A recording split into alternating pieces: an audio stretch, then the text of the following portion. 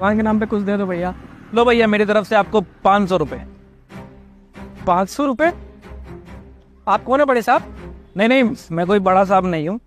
मुझे तो बस आपकी पत्नी बहुत अच्छी लगी, इसलिए मैंने आपको 500 रुपये दे दिए। क्या कहा आपने? अरे मेरा मतलब है कि मुझे आपकी पत्नी और आपका प्यार बहुत अच्छा लगे। आपकी हालत देखिए, इस हालत में भी आप दोनों साथ हैं, ऐसा कहाँ देखने को मिलता है। बस इसलिए मैंने आपको पैसे दे दिए।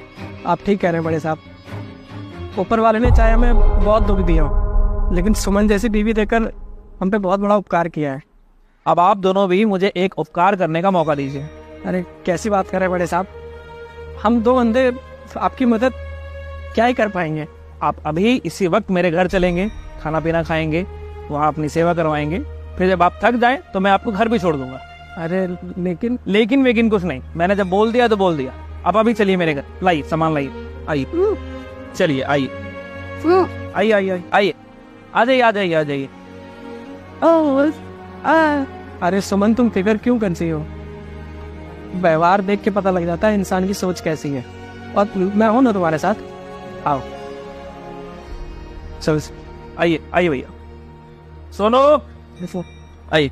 जी वाली, ये सामान ले जाओ और इनके लिए खाना लगवा दो प्लीज।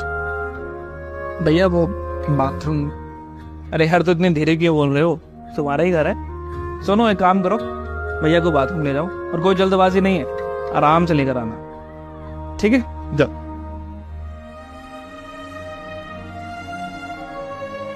अरे आप यहाँ क्यों खड़ी हैं? अंदर चलिए, मैं आपका खाना लगवाता हूँ, आइए।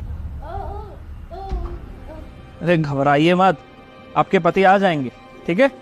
आइए, आपको लेके चलता हूँ अंदर। चलिए चलिए चलिए चलिए। मैं आपके लिए खाने को लेके आता हूँ कुछ। सुमन, सुमन, सुमन, सुमन, सुमन, सुमन। बड़े साहब, बड़े साहब कहाँ हैं आप? सुमन, सुमन, सुमन, सुमन कहाँ हो? अरे अरे भैया, बड़े साहब, बड़े साहब सुमन कहाँ है? भैया शांत हो जाइए, चिल्ला कर रहे हैं हम। बड़े साहब कहाँ है हमारे सुमन?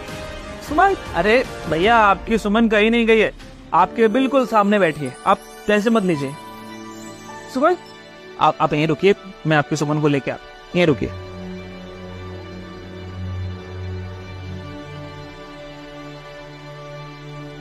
सुमन, तुम ठीक हो? ये क्या पहना तुमने? क्या पहना तुमने? अरे बहन, मैं बताता हूँ भैया, दरअसल ये मेरी छोटी बहन के कपड़े हैं। वो क्या हुआ ना, मैंने जब आप दोनों को पहली बार देखा तो मैंने देख लिया था कि आपकी पत्नी के कपड़े साइड से फटे हुए हैं। मैंने आसपास देखा तो लोग आप दोनों को देखकर बहुत हंस रहे थे, मजाक उड़ा रहे थे, और मुझसे ये सब देखा नहीं गया भैया। इसलिए मैं खाने के बहाने आप दोनों को अपने घर में ले आया ताकि इनको ये कपड़े दे सकूं। बड़े साहब, आप सच में बहुत नेक दिल आदमी हैं। आपकी बहन कितनी खुशनसीब होगी से आप जैसा भाई मिला। कोई खुश नसीब नहीं है वो, दरअसल मैं अपनी गलती का पछतावा कर रहा हूँ, आप पर कोई उपकार नहीं कर रहा हूँ। पछतावा? ये क्या बोल रहे हैं आप? दरअसल भैया, मैंने अपनी बहन को कभी समझा ही नहीं, कभी उसका साथ नहीं दिया, उसके हर फैसले में उसके खिलाफ खड़ा रहा, उसे डांटता था, मारता था, लेकिन कभी उसको समझ ही नहीं पाया। और उस डर से वो मुझसे इतना दूर हो गई भैया कि जिस लड़के से वो प्यार करती थी, जिसे शादी करना चाहती थी, उसके बारे में उसने मुझे बताया ही नहीं, और मुझसे छिपकर कोर्ट मैरिज कर ली।